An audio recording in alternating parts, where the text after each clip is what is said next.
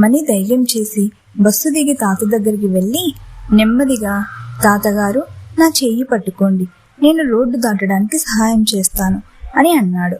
తాత సంతోషంగా సరే బాబు, నీ పేరేంటి అని అడిగాడు.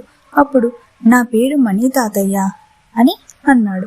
అప్పుడు ఆ తాత మణితో నిన్ను మీ అమ్మ నాన్న గొప్ప విలువలతో పెంచారు నాన్న అని అన్నాడు.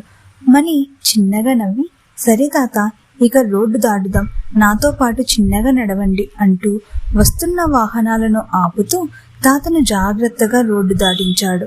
ఆ తాత సంతోషంతో మణిని ఆశీర్వదించాడు. ఇది చూసిన ట్రాఫిక్ పోలీస్ ఆఫీసర్ మణిని మెచ్చుకున్నాడు. అక్కడున్న జనం అందరూ మణిని అభినందించారు. మణి తిరిగి బస్సు ఎక్కాడు. ఈసారి బస్సులో కూర్చున్నప్పుడు మణికి తెలియని గర్వం మరియు సంతోషం. గ్రీన్ సిగ్నల్ పడింది. వాహనాలన్నీ కదిలాయి.